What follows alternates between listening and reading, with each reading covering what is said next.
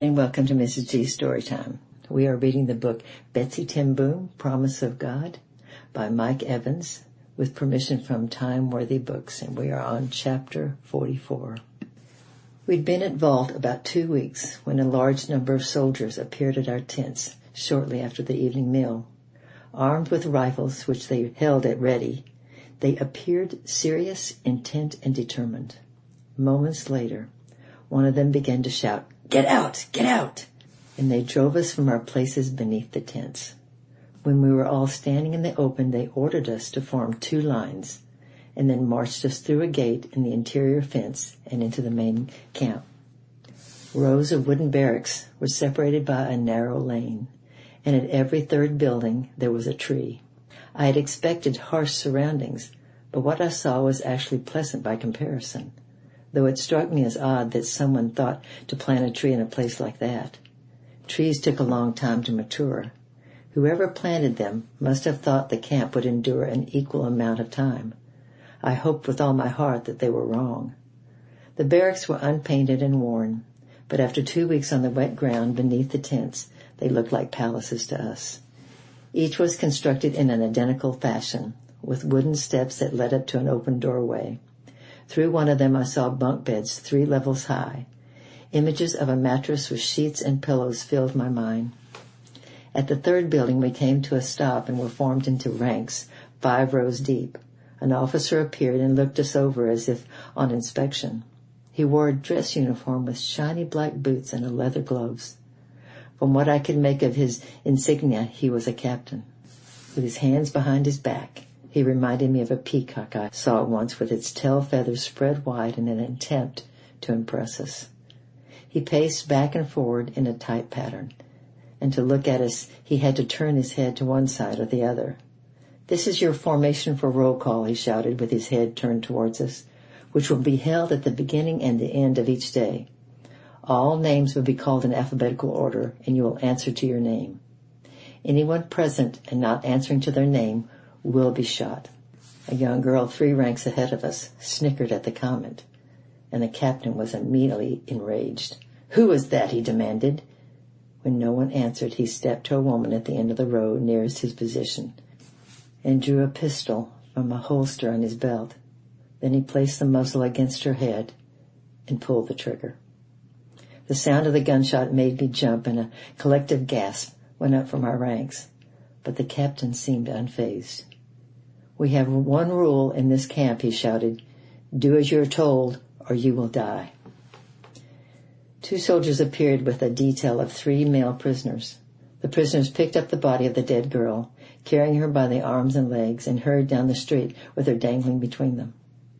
Even from a distance I could see blood dripping from the hole in her head. As he disappeared from sight, another officer stepped forward with a clipboard in hand.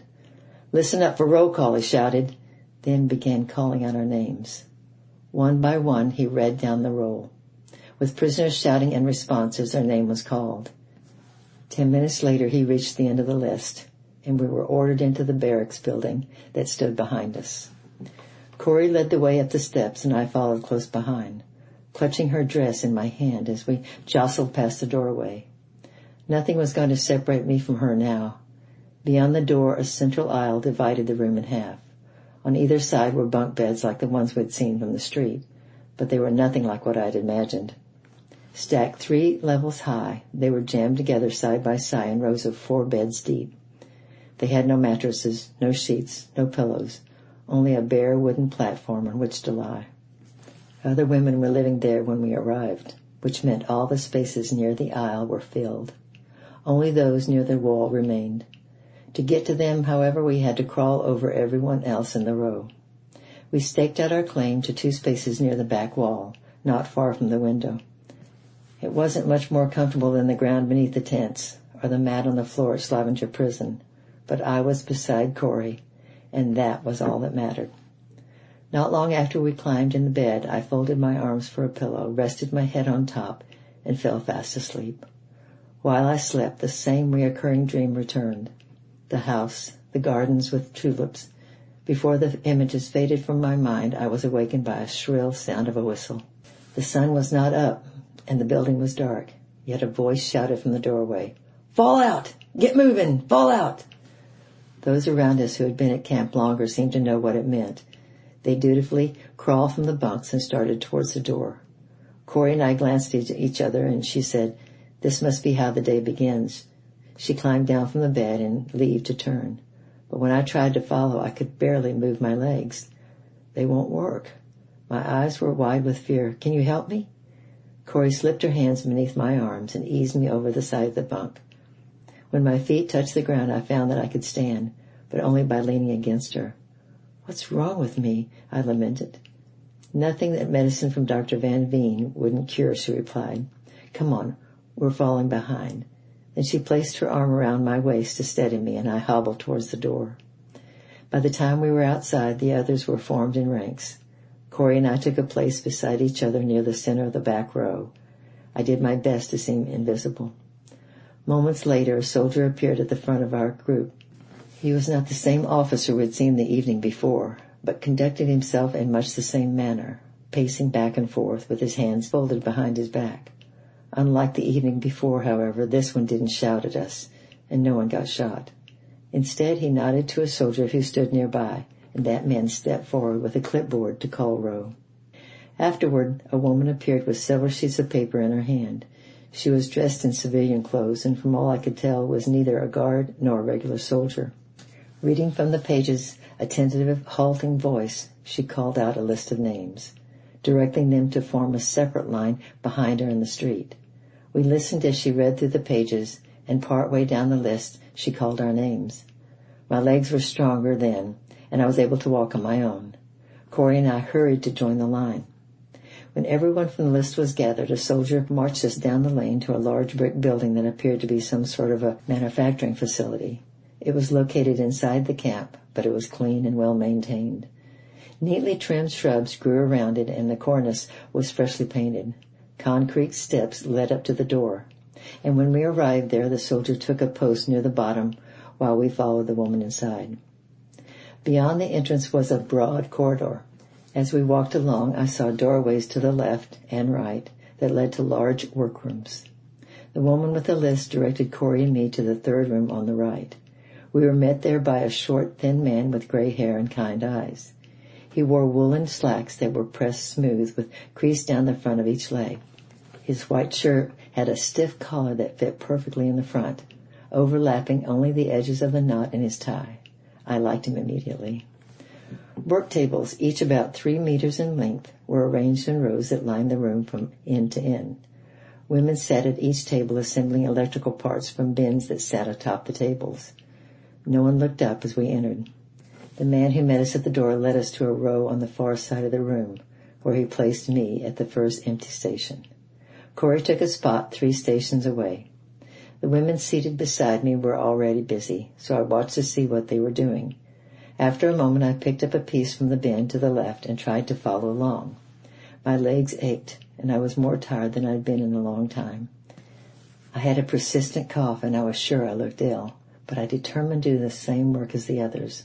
The job seemed much better than any of the alternatives I could imagine, and at least it was inside, away from the hot summer weather. The first few parts fit together nicely, and I was making progress, until I noticed the label on one of them indicated it came from Philips Electronics, a Dutch company. Then I realized we were assembling radios. Anger flared inside me at the thought that a Dutch company would be helping the Germans, in doing so with the forced labor from a prison camp. I had been at my place less than 10 minutes when a man wearing a white lab coat appeared. He came straight to my table and greeted me with a smile, then showed me how to assemble the parts and gave me a quota for the day. With his help, I made the parts fit together quickly and even found a shortcut. He watched a moment and then nodded and smiled and left. I filled my quota by noon. At noon, the man with the white coat entered the room. Everyone around me stopped what they were doing and scooted back from their workstations. I did the same and wondered what would happen next. Without a word of direction, they all stood and stretched.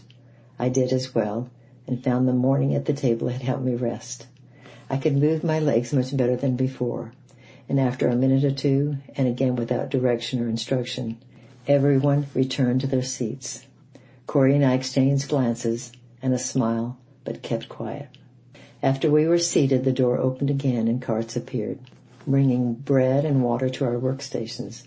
Everyone took a portion of their own choosing. No one fought or grabbed for bread in somebody else's hand, and we ate and drank in silence. 10 minutes later, again without an order or direction from anyone, the carts were wheeled from the room and everyone returned to work. For the first time since we left Harlem, my stomach no longer growled, and for that brief noontime moment it seemed as though heaven had opened and manna fell from the sky. The woman seated to my left worked much slower than the others, and from the parts remaining in the bins on her table I could see she was in danger of missing her daily quota. With nothing to do and not wanting to appear idle, I nudged her with my elbow and gestured for her to give me some of her parts. She looked sheepish, but I urged her and she handed me the parts. When I assembled them and placed them in a bin with the rest of her finished pieces, she handed me more parts, and while we worked I whispered to her, "My name is Betsy, what's yours?" "Marie," she answered, "Marie Den." Her name suggested she was Jewish, but I knew better to ask. Instead I said, "I can't believe Phillips is using prisoner labor and making radios from the Germans." Maria looked startled. "We're blessed to have this job." "What do you mean?" She gestured to the others in the room. "Most of us are here because Phillips continued to run the company. They saved us. We're alive because of them." "Who saved you?" "The Germans wanted to send us to the camps in the East, but Anton Phillips himself intervened and told them we were indispensable." "But you're a prisoner in a prison camp." "We're alive, and we don't live in the prison." I arched an eyebrow. "Where do you live?" "In a building near town." The look on her face turned serious. "But you live here?" "Yes." "It must be terrible." "It isn't good." She glanced at me again and shook her head. "You don't look well." "I'm supposed to take medicine for anemia, but I don't have it." Just then the door opened and the man with the white coat entered. Maria lowered her voice even lower than the whisper we'd been using and said, "I will help you." The next day when we reported for work, Maria was already seated at her station. I took my seat beside her, and I reached for the part from the first bin. I saw a small bottle of liquid vitamins sitting among my parts. I glanced at her, and she gave me a smile. "My brother was a doctor. He told me what you need." "He's here with you?" "In another room." I squeezed her arm. "Thank you." With no place in the barracks to keep it, I hid the bottle among the clutter at my station and took a few drops at the break. That night, lying on bed with the others, I heard women around me coughing and wheezing. I thought of the vitamins back in my workstation, and an argument began inside of me. I told myself that I needed the vitamins because of my medical condition, but my conscience argued. Others have medical conditions too. The vitamins saved my life, and they might prolong it, but they can't save it. Fear returned, and all I could think of was how short my life would be if I had to continue without treatment. Those drops would change my circumstances. Any vitamins I might give the women in the barracks would be merely a drop in a vast sea of need, but it would be of no effect on their circumstances. In the midst of the internal debate, a verse came to my mind. "Trust in the Lord with all your heart and lean not on your own understanding." "That's from Proverbs," I whispered. Corey lay on her side, but at the sound of my voice she glanced over her shoulder at me. "What are you saying? Is something wrong?" "Go back to sleep," I whispered. "Everything is fine." After work the next day I brought the bottle of vitamins to the barracks. That night, when we were in the bunk, I gave 2 drops to the woman next to me. She had a terrible cough, and the person beside her saw us and asked for drops too, and Corey didn't like it. "Put that away," she said. "You need those drops to live." "I will trust God for that. And besides, vitamins alone cannot help me. Dr. Trump said I need the liver extract to be able to absorb it." "We'll find the extract." "Not in here." Our eyes met, and we both knew what the results of my condition would be. But I didn't dwell on it. "These women need help," I continued, "and I could give it to them with just a few drops from this bottle." Well, that's the end of chapter 44, and we will be doing chapter 45 next week.